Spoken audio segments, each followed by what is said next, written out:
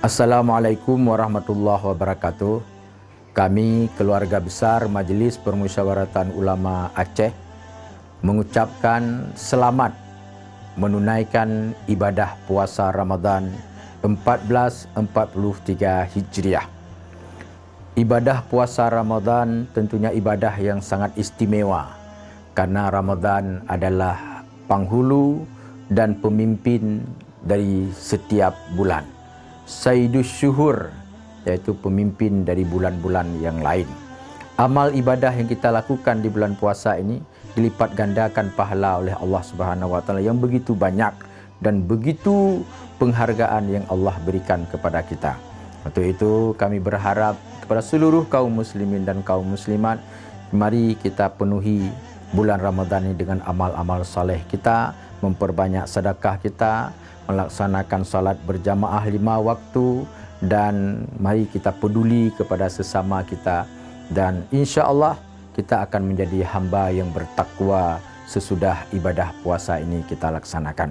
Sekali lagi selamat menunaikan ibadah puasa dan Allah meridai amal ibadah kita. Wallahul muwaffiq ila aqwamit thariq. Assalamualaikum warahmatullahi wabarakatuh.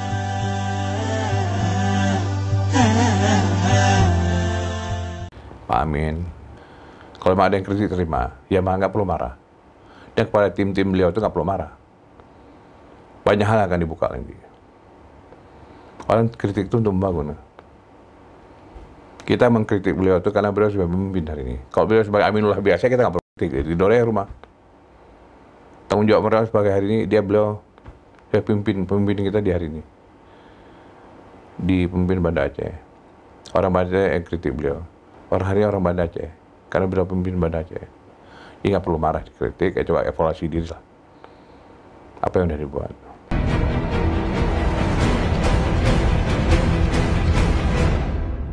Assalamualaikum warahmatullahi wabarakatuh. Bertemu lagi dengan saya Siti Aminah di channel PTM, tepatnya di episode ke-64 tahun kedua edisi Kamis 31 Maret 2022. Bagi rekan lu yang golong subscribe, silahkan subscribe, dan kita masih menunggu komentar yang positif pastinya. Baik rekan PTM, di penghujung pimpinan Wali Kota Banda Aceh pasangan Amin Zainal sudah mulai berakhir ya. Namun ada kritik nih dari Tim Ses Pak Wali Kota Banda Aceh. Kita akan mengangkat tema tentang pembangunan Kota Banda Aceh di mata tim sukses bersama narasumber kita Haji Ibnu Rusdi SE, Ketua DPD Partai Hanura Aceh. Assalamualaikum Bang Didi. Waalaikumsalam warahmatullahi wabarakatuh. Apa kabarnya juga? Alhamdulillah kabar baik. Alhamdulillah ya. Ini pertama nih ke PSTM ya. Pertama ke PSTM, pertama saya tampil di layar kaca. Alhamdulillah. Nih tapi kabar-kabarnya sebelumnya ini sakit ya Bang ya? Iya, hasil main 3 tahun lah saya. Istirahat sebentar. Oke, terus dengar-dengar juga Anda sebagai tim ses Pak Walkot, apa benar? Tim ses ada SK ya? Iya, apa ada SK? Kebetulan tim ses utama tapi nggak ada SK mungkin, relawan biru. Relawan beliau. Ceritanya nih. Bagaimana Di awalnya begini, waktu itu saya mau rencana juga naik wali kota. Saya bentuk relawan, namanya relawan biru, relawan Bang Ibnu Rusdi. Saya kebetulan masih di Demokrat, masih salah partai, dan setelah itu kita lanjut, saya ketemu Pak Amin, saya bantu beliau lah. Dan yang uniknya saya bantu beliau itu tanpa komitmen politik apapun. Okay. Dengan relawan biru, relawan Bang Ibnu Rusdi, dan beberapa 1.000 orang kami bantu beliau. 2 kali saya kampanye di rumah beliau. Dan 1 kali kampanye akbar, kami berangkat dari rumah saya menuju ke Lampinang. Ya, sebentar. Dan ini sebenarnya Anda menjadi tim sesnya Pak Amin, Anda sudah kenal dekat dengan Pak Amin atau memang baru pada saat Pak Amin mencalonkan jadi Walkot Anda dekat sama Pak Amin? Kenal sudah kenal. Kami satu alumni juga di ekonomi. Cuma tidak dekat. Kalau saya itu beliau aja saya. Dan saya bilang oke, saya bantu. Tanpa komitmen apapun. Tanpa kontrak politik apapun. Anda berani? Ya itulah namanya kita bantu orang. Kita berharap pemimpinan ke depan supaya sukses. Kenapa Anda percaya ke Pak Amin? 100% tanpa ada kontrak apapun, tanpa ada perjanjian apapun nih, Bang Didi? Memang udah itu jalannya. Saya pilih beliau, saya dukung beliau, dan relawan saya tanpa kontrak apapun. Dan itu saya nyatakan di depan umum.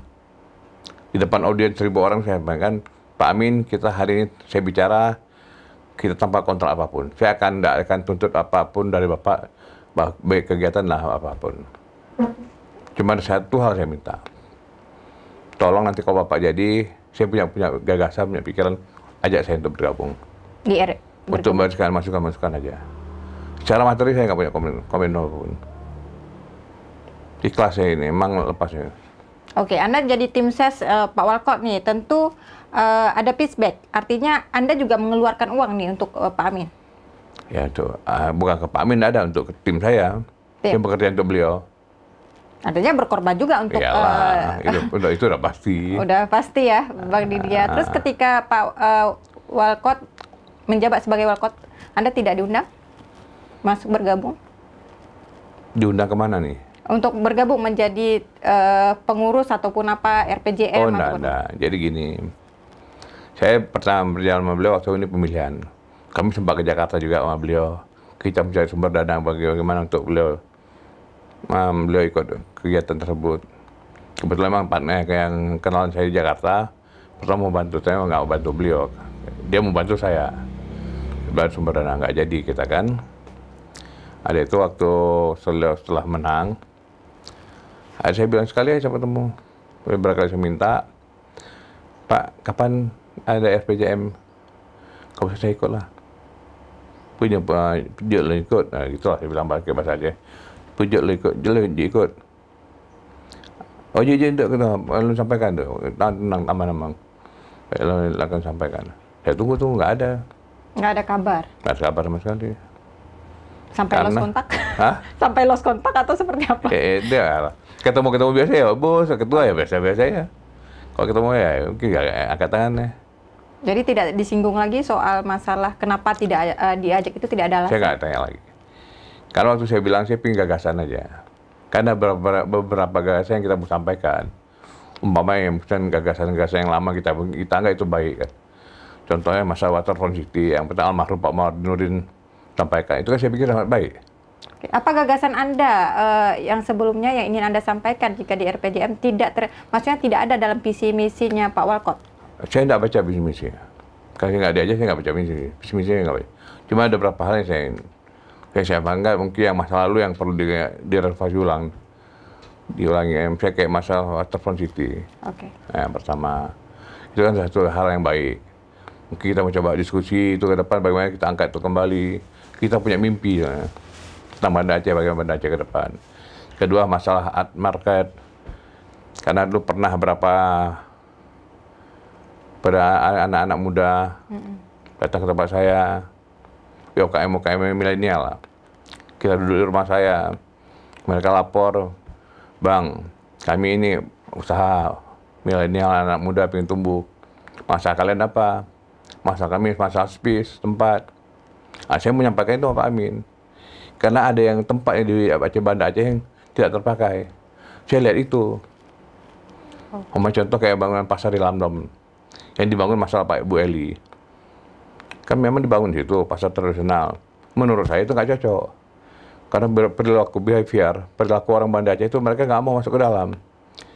Pada pasar tradisional itu memang di pinggir jalan. Tapi cocok nggak kalau seandainya ini kan pasar sebelumnya kan di Lamnyong gitu dipindahin ke Lamdom. Di Lamdom itu. Pasar yang dibangun di Lamdom 22 unit itu. Saya pikir itu cocok untuk ini. Kita rubah aja itu kebutuhan art market. Karena pasar seni itu kan orang pasti punya khusus ya. Produk-produk khusus. Orang akan mencari itu. Contoh kita bilang lah, selama ini orang jualan di Penayung di ini kan semua tuh. Biar nggak boleh tambah yang satu itu. Kita buat IO macam-macam lah. Cuma-cuma ya, memang pasar seni. Karena Banda Aceh ini kan etalase Aceh. Semua produk-produk di Aceh itu kan kita bawa Banda Aceh. Orang datang ke Banda Aceh, wisatanya ke Banda Aceh. Ya mereka ada perlu ke daerah lagi, semua barang udah ada di situ. Nah, satu yang kedua, misalnya ke anak-anak muda tadi, UKM milenial itu kan banyak. Mereka itu kita bantu ekonomi. Nah, mungkin itu nggak ditangkap ya, udah saya diamin aja lah. Hal begitulah. Kemudian ada sport center tadi. Iya, sport center juga. Kita punya tanah kosong di ini. Dibangun sport center, art center. Ini ibu kota provinsi kan. Apa Apa cuma di Aceh maksudnya, di provinsi lain ada nggak? Atau cuma di Aceh yang nggak ada itu, Bang Didi? Saya pikir hampir rata-rata, apalagi kota daerah-daerah maju ya. Ibu kota provinsi ada semua kan. Cuman kita yang nggak punya? Nah, ada mungkin kayak tamu budaya, itu provinsi punya kan. Banda Aceh punya. Kan ini kita banyak, kan dua. Nah. Banda Aceh kan dua industri. Prospek keuangan ya, income ya. Pertama ya pariwisata. Yang kedua ya mungkin industri perikanan, Lampulo. Lain apa kita melihat? Pertanian tidak ada kita. Apapun tidak ada. Pertambangan apapun alamin tidak ada. Kan dua hal. Yang paling utama ujung tombaknya pariwisata. Hal itu kita lihat. Tapi hal begitulah. Kita mau sampaikan itu kalau memang saya diajak. Cuma hanya pakai kaki. Dan Anda merasa sakit hati nih Bang Didi? Enggak, sakit hati enggak. Kami yang kita sakit hati. Ya mungkin, kealpaan beliau sebagai manusia.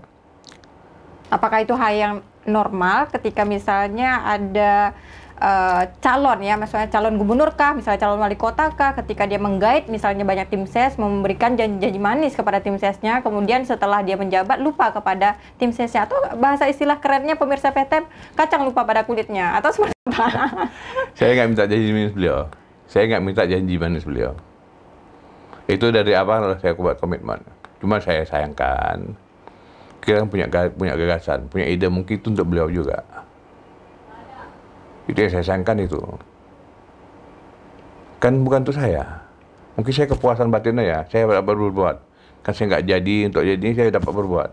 Saya punya ide, punya mimpi. Bagaimana Banda Aceh ini maju. Mungkin dengan tangan beliau. Ya, mungkin dengan tangan beliau saya bisa majukan. Ide-ide saya bisa. Apa karena Pak Walkot tidak percaya kepada Anda? Itu nggak tahu ya. Cuma lo bikinnya Mbak Ureng. Kemampuan orang tuh. Kemampuan seorang pimpinan, manajer pimpinan. Saya ngomong kemampuan. Kita lihat kalau saat belakang beliau kan orang bank. Orang perbankan, ya orang duduk di kantor. Beliau tidak pernah namanya kayak kita punya kawan kiri, kawan kanan kurang. Oke, kembali itu. Oke, ini Bang Didi, tema kita ini pembangunan Kota Banda Aceh di mata tim SES. Ini sangat menarik dan sangat unik ya, karena ini di penghujung masa jabatan Pak Walkot, Pak Amin Zainal.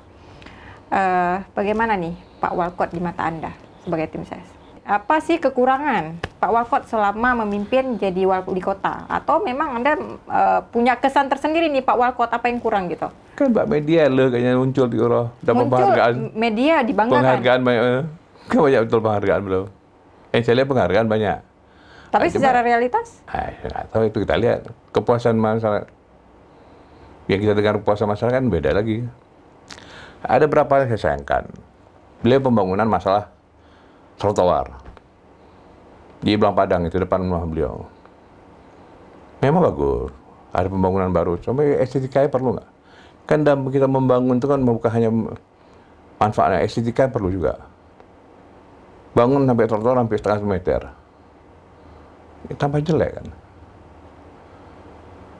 Tambah jelek, kalau menurut saya itu. Kan estetika bangunan perlu. Selain ini punya fungsi ya, nilai manfaat. Seharusnya itu barang masih bisa dipakai, cuma dirapikan aja di ini. Dan nilai estetika dan manfaatnya ada, ini 1 meter ke atas buat taman lagi. Di trotoar. Dan fungsi dan itu udah beda. Jadi hal begitulah. Anggaran terbuang. Ya, belum lagi air bersih. Tidak tahu, begitu saya pernah kasih ide juga. Mungkin kalau memang saya diajak dulu kan. Oke, persoalan air bersih ini apa menjadi, ini banyak polemik ini untuk PDAM, air bersih seperti apa? Apakah misal Pak Walkot gagal dalam hal ini, Bang Didi? Masalah air bersih itu tidak sederhana loh. Kita sumber air kita cuma Kurung Aceh kan? Iya. Kurung Aceh yang kita berada dengan Aceh besar. Kita harus tripartit. Nggak bisa Banda Aceh ini berdiri sendiri. Semua hal. Banda Aceh itu tak akan bisa berdiri sendiri. Termasuk masalah pariwisata, termasuk masalah air bersih. Saya punya gagasan, pernah hari itu bincang-bincang ringan ya, sampaikan bahwa punya gagasan ide. Mungkin bukan Kurung Aceh, sumber lain yang harus kita sampaikan. Mungkin kan dia akan tampil fungsi air dari Sara, tarik pipa, nanti ada reservoir baru, pompa untuk memenuhi kebutuhan. Karena Banda Aceh penduduknya nggak rame. Waktu siang tuh penduduk Aceh besar rame kemari.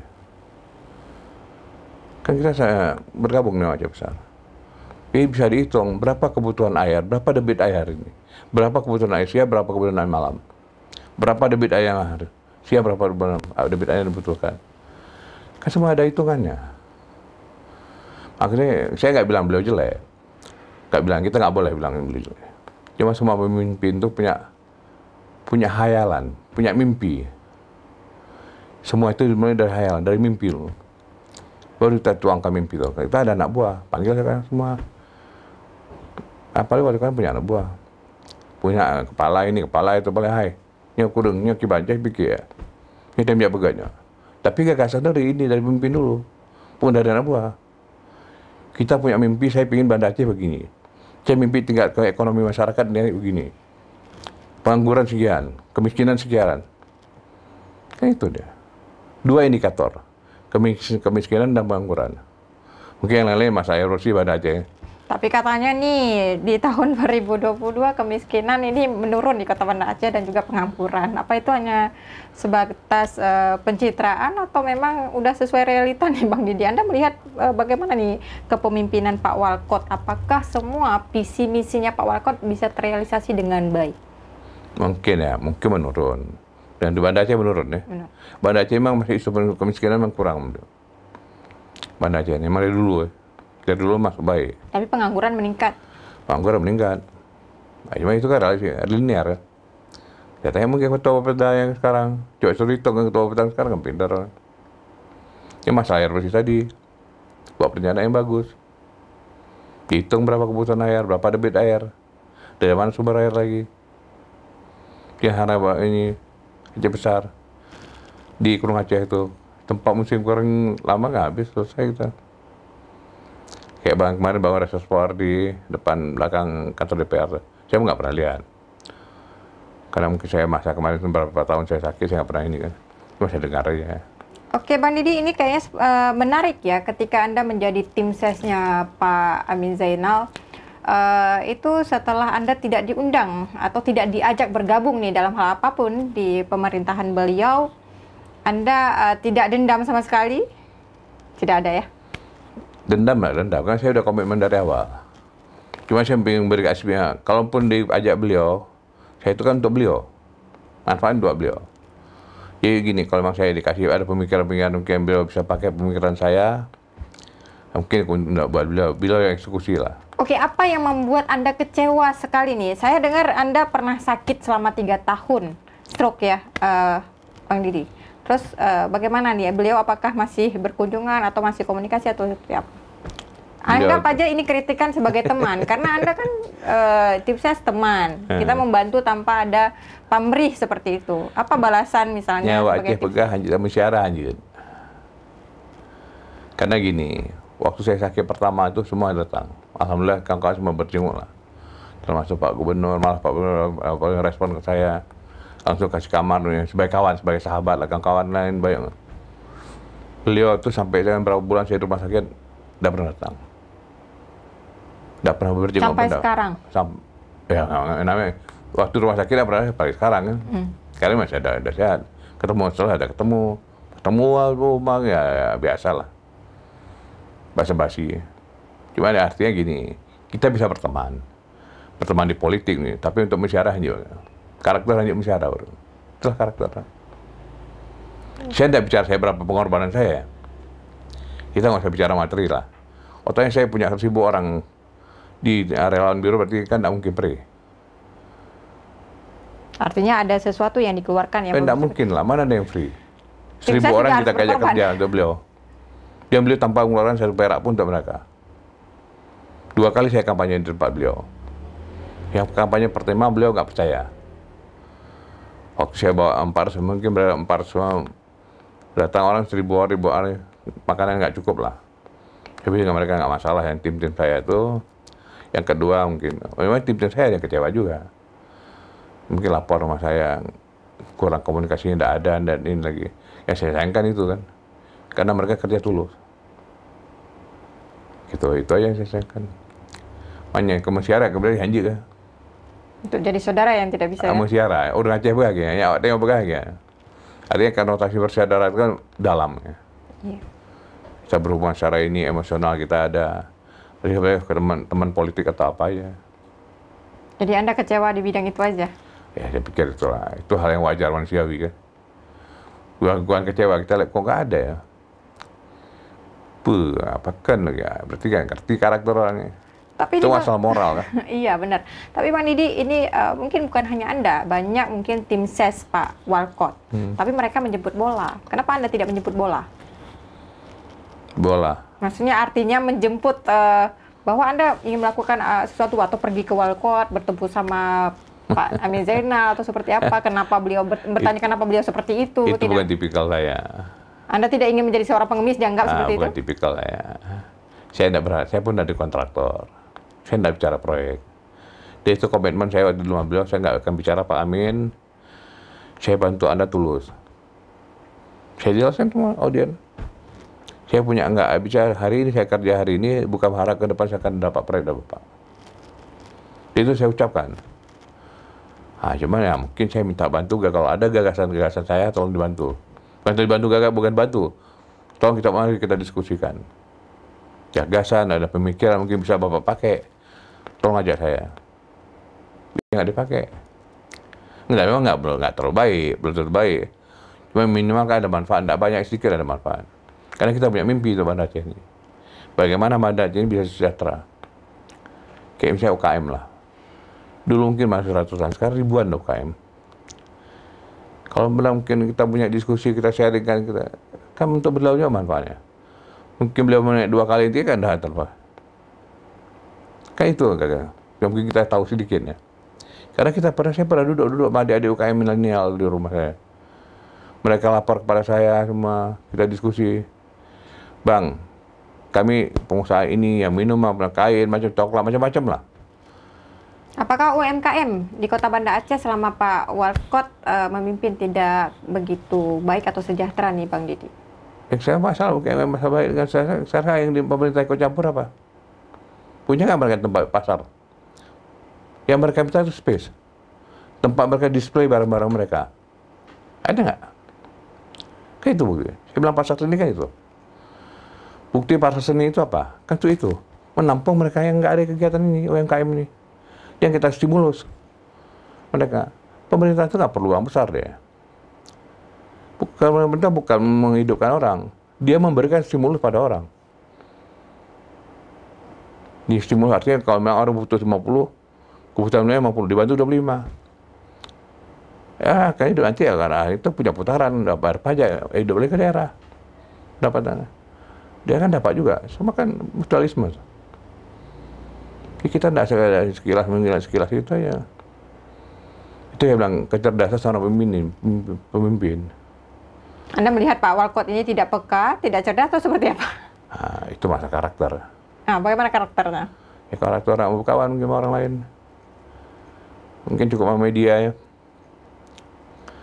Kan penghargaan mungkin udah cukup penghargaan. Gitu.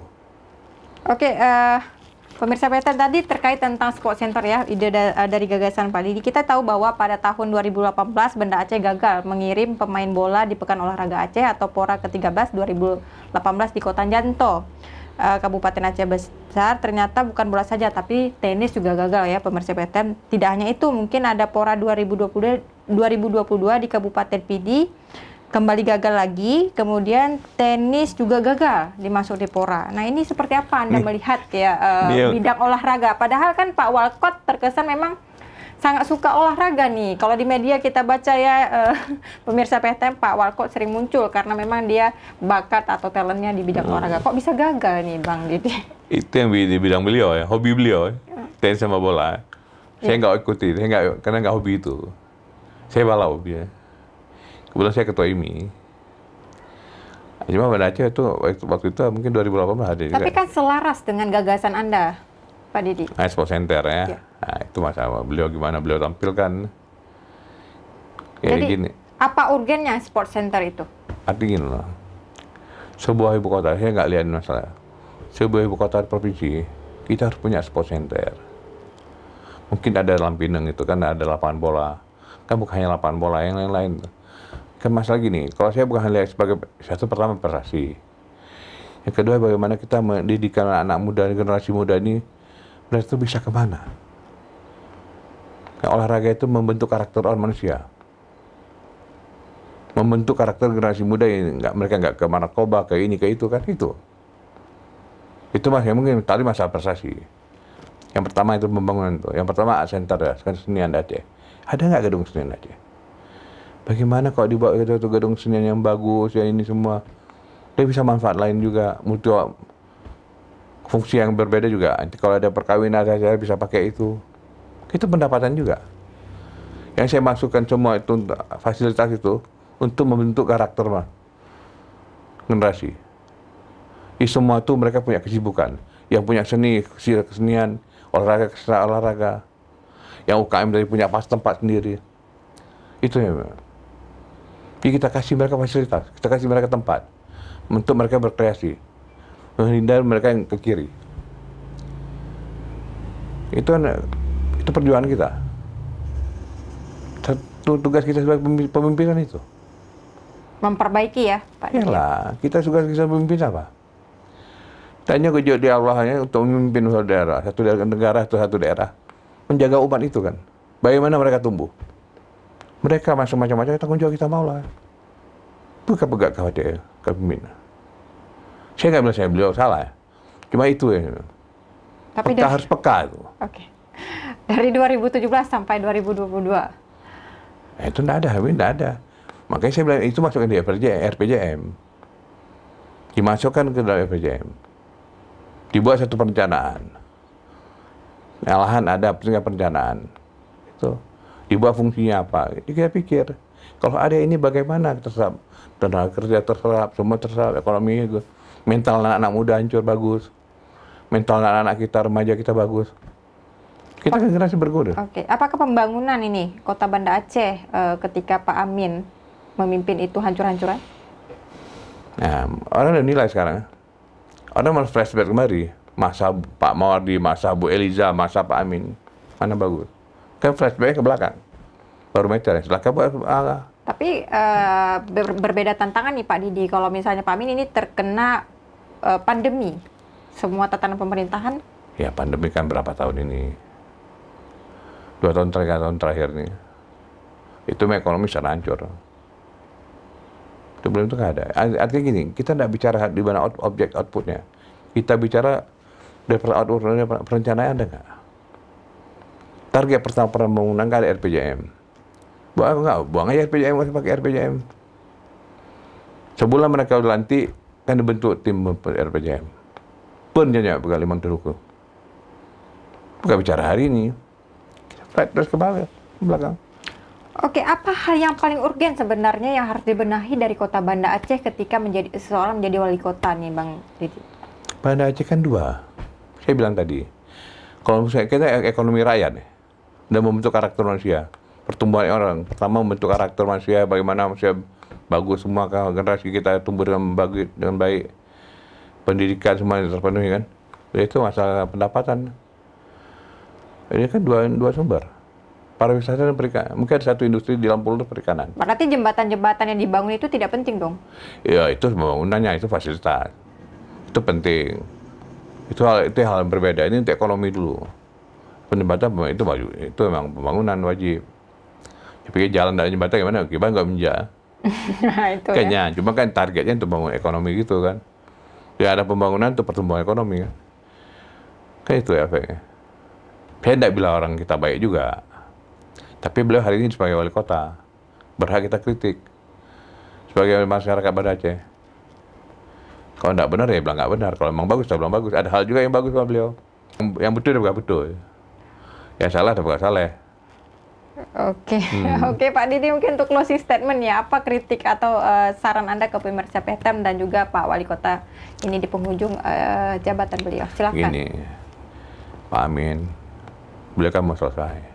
Tanggung jawab sebagai pemimpin kita bukan hanya kepada rakyat, ada kepada Tuhan juga, kepada Allah. Evaluasi, muhasabah diri. Betul nggak saya? Di mana saya hari ini? Kalau ada yang kritik terima, ya nggak perlu marah.